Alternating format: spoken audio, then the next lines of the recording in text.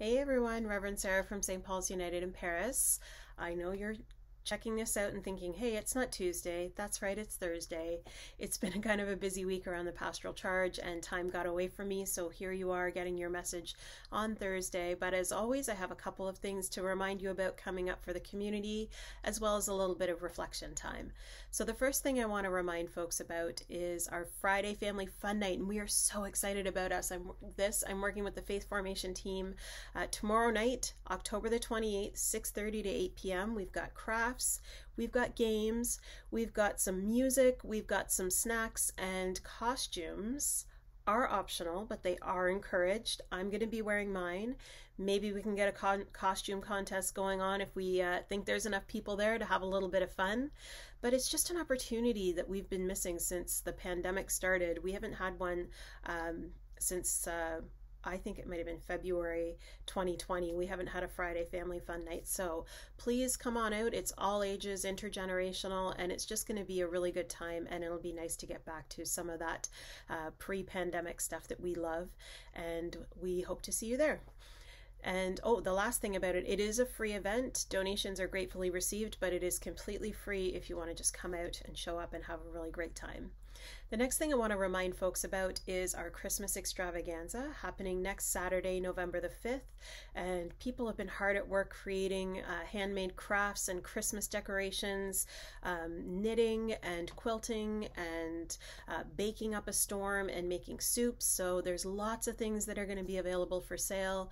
And it's also just a nice time, again, to get together and be part of things. So come on out for that. We would love to see you out there.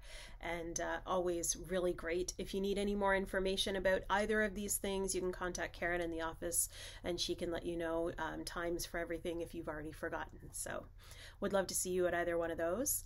The last thing I want to talk about is reflection time. We have been doing the alphabet of faith now for a few weeks, and we are at the letter G, and G stands for grace, and that's what we were talking about this past Sunday.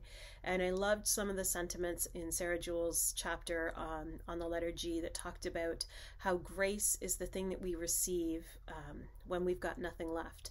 Perhaps the thing that we get when we've hit rock bottom. Or maybe we're the person who offers grace to somebody who's in that place of needing some help, of needing a little bit of a boost. So grace just is one of the things that is said, and I love that. And the first thing actually that Sarah Jewell talks about is how grief and gratitude are part of this thing we call grace and God's grace in general. And so during Storytime for All Ages on Sunday, I actually got talking about the thing that we offer before a meal, which is a prayer called grace, and it's a gratitude prayer. We are grateful for the food that we're about to receive, for the opportunity to share it together. And I think a lot of us have gotten away from that gratitude part of grace, and so I thought it would be just a little bit of fun to think about, do you have a family grace that you say together? We have one in my family, and we've been doing it since I was a kid. For food and friends and all God sends, we give you grateful thanks. Amen. And that's been, my nieces now love to say it. I want to say the family grace. I want to say the family grace. It's awesome.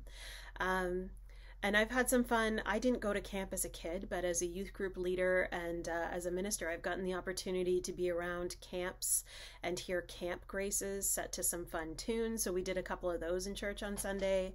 And I wonder for you, is there a family grace or one from camp or Sunday school that comes to mind for you that maybe you want to start doing around the family table? I think it's just a really great practice that we've gotten away from a little bit, because one of the things I've noticed most over the pandemic is food insecurity for lots and lots of people. I don't think we realized just how much people lived from paycheck to paycheck. And as the cost of everything is going up, as things are changing, and we're just now finding out long-term effects from pandemic restrictions and lockdowns and things that have closed, I think it's really important for us to continue to offer gratitude and to be people of grace when we see someone who is in need that we can help, or perhaps who is in need of the grace themselves. So Lots of things to think about around this word. Maybe we can get a little bit of a conversation going in our comment section. If you've got a favorite grace that you remember that you want to share with everybody and let us know about, that would be really fun. And as always, my friends, if you are anywhere near the church and you want to stop in and say hello, come on in. And wherever you are, I hope you're safe and I hope that you're well. And if you are going to stop in, I hope that means I get to see you soon. We'll talk to you later, friends.